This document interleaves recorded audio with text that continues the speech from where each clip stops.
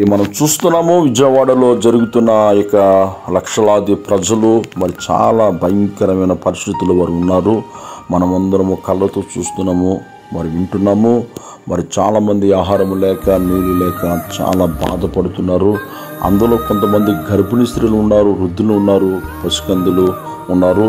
అయితే మా సంఘాలకు నేను తెలియపరిచాను, మరి ఒక రాత్రి వారందరి కొరకు భారం కలిగి ప్రార్థన చేద్దాము అన్నప్పుడు అనేకులు స్థలానికి వచ్చారు. ఈ రాత్రి మేమందరం వారి కొరకు ప్రార్థన చేస్తున్నాము. మీలో ఎవరైనా వారికి సహాయం చేయాలని మరి మనసు వస్తే దేవుడు వాక్యం తెలియపరుస్తుంది. నిన్నవారిని పొరుగుని ప్రేమించమని. మరి సహాయం చేసిన వారు మీరే నేరుగా వెళ్ళే వారికి సహాయం చేయండి. సహాయం చేయకపోతే మనము ప్రార్థన చేద్దాము.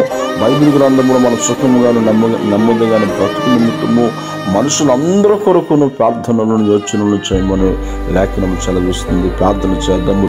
దేవుడు మిమ్మల్ని దీవించును గాక.